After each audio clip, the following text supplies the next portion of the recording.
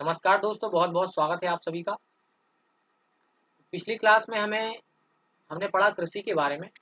आज हम बात करने वाले हैं कृषि से संबंधित महत्वपूर्ण तथ्यों के बारे में। वर्तमान में भारत में मैं अगर बात करूं भारत की, तो जीडीपी का 17% कृषि का योगदान जीडीपी में कितना है? लगभग 17% है, 16 से 17% है।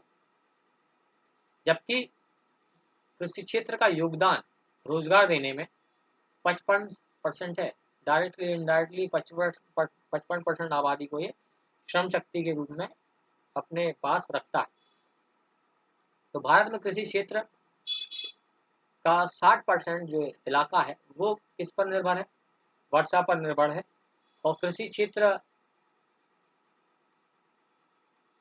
अगर मैं बात करूं तो रिसर्च, कृषि क्षेत्र में रिसर्च पर भारत सरकार अपने जीडीपी का 0.3% खर्च करती है। भारत में 1970 में कृषि जनगणना हुई थी, गणना हुई थी।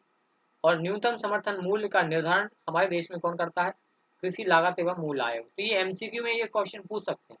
अलग से भी पूछा जा सकता है कि कृषि से संबंधित महत्वपूर्ण तथ्य बताइए, भारतीय कृषि का परिचय दीजिए। अगर परिचय भी पूछ लिया जाए तो आपको ये पॉइंट्स याद रखने हैं। ठीक है। 1 हेक्टेयर से कम भूमि वाले किसानों को सीमांत किसान कहा जाता है भारत में। ये भी फैक्ट आपको याद रखना है ना। रेशम उत्पादन में चीन का प्रथम और भारत का द्वितीय स्थान है। साथ ही रेशम के उपभोग में भारत का प्रथम स्थान है। मतलब रेशम का इस्तेमाल भारत में सबसे ज्यादा होता है। ठीक है फ्रेंड्स। भूमिगत जल के सिंचाई हेतु उपयोग को संभव बनाने के लिए लघु सिंचाई योजना हमने स्टार्ट की। मतलब जो भूमिगत जल होता है, ग्राउंड वाटर होता है, उसके लिए हमने लघु सिंचाई योजनाएं चलाई हैं। भूमिहीन कृषकों एवं श्रमिकों को रोजगार उपलब्ध कराने हेतु बहुत सारी कार्यक्रम हमने चलाए हैं। किसान कॉल सेंटर का उद्देश्य क्या है? भारत में किसानों को कृषि से संबंधित सलाह देना। ये हमारे किसानों को जागरूक रखता है, कृषि कार्य के प्रति जागरूक करके उनको बताता है किस तरह से कृषि कार्य करना है। केंद्रीय आलू अनुसंधान संस्थान को 1956 में शिमला ट्रांसफर कर दिया गया था। ये कुछ इंपॉर्टेंट चीजें हैं जो कृषि से जुड़ी हुई हैं, अक्सर एग्जाम में पूछी जाती। इनको पॉइंट वाइज मैंने अरेंज कर रखा है। तो भारत में कुल सिंचित भूमि का 36% भाग नहरों द्वारा सिंचित होता है। भारत में कृषि क्षेत्र के 40% भाग में सिंचाई की सुविधाएं उपलब्ध हैं। तो 40% जो एरिया है भारत का वो सिंचित है। 1966 में भारतीय कृषि के प्रति हेक्टेयर उत्पादन को बढ़ाने के लिए हमने क्या किया? Hybrid yielding variety programme launch किया। ये इंपॉर्टेंट है एग्जामिनेशन पॉइंट ऑफ व्यू से। Hybrid yielding variety programme. दालों का सर्वाधिक उत्पादन करने वाला राज्य कौन सा है? महाराष्ट्र। भारत में कॉफी का सबसे अधिक उत्पादन कॉफी का सबसे ज्यादा उत्पादन कर्नाटक में होता है। ये फैक्ट आपको याद रखना है।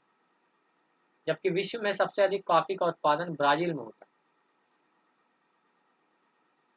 सबसे ज्यादा प्याज कहाँ होती है? महाराष्ट्र में होती है। दूध के उत्पादन में भारत का फर्स्ट रैंक है। ये पूछे जाते हैं, फैक्चुअल डेटा आपसे एग्जाम में पूछा जाता है। दालों के उत्पादन में महाराष्ट्र का प्रथम स्थान है, जैसा कि मैंने बताया। चाय, काजू, आम के उत्पादन में भारत प्रथम स्थान पर है। कृषि लागत एवं मूल्य आयोग की स्थापना कब की गई थी? 1965 में की गई थी। तो ये वन लाइनर है। ट्राइफेड की स्थापना भारत में 1987 में हुई थी। भारत में हरित क्रांति की शुरुआत 1966-67 में हुई थी। भारत में एम एस स्वामीनाथन को हरित क्रांति का जनक कहा जाता है, अग्रदूत कहा जाता है। विश्व में हरित क्रांति का जनक नारमन बार्लोग को कहा जाता है। भारत में हरित क्रांति का सबसे अधिक प्रभाव किस फसल पर पड़ा? गेहूं की फसल पर पड़ा। सबसे निराशाजनक परिणाम किस पर पड़ा हरित क्रांति का? दलहन की फसलों पर पड़ा। दीर्घकालिक कृषि ऋण 5 वर्ष से अधिक, मध्यकालीन ऋण जो है ये भारत में दिए जाते हैं, लॉन्ग टर्म शॉर्ट टर्म।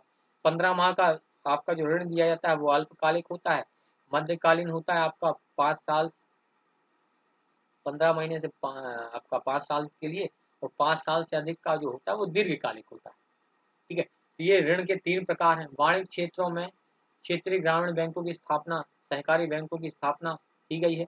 ये क्या करते हैं? ऋण उपलब्ध कराते हैं किसानों को। किसान क्रेडिट कार्ड योजना इनके माध्यम से चलाई जा रही है। तो इसकी शुरुआत कब हुई थी? 98 में हुई थी। भारत में 21.2% भाग पर जंगलों का विस्तार है। भारत में चंदन की लकड़ी की सबसे घनी जंगल नीलगिरी की पहाड़ियों में पाई जाती है।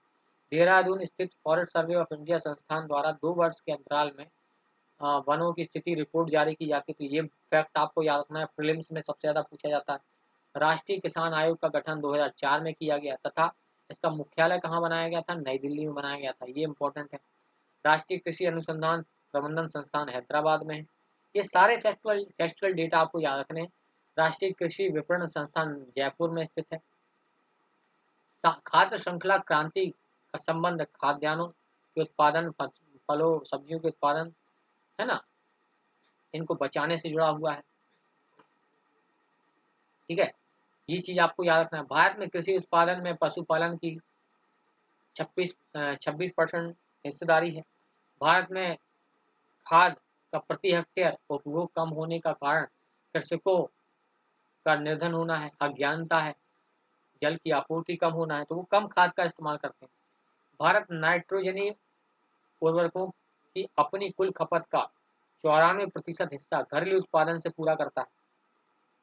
पोटेशियम खाद की पूर्ति के लिए भारत पूर्णतः आयात पर निर्भर है। आयात करके हम पोटेशियम की खाद का इस्तेमाल करते हैं। भारत में जोतों का औसत आकार घटने का कारण उत्तराधिकार का नियम, मतलब जो फैमिली में भूमि का बंटवारा होता है वो सबसे बड़ा कारण है। भूस्वामी की ललक।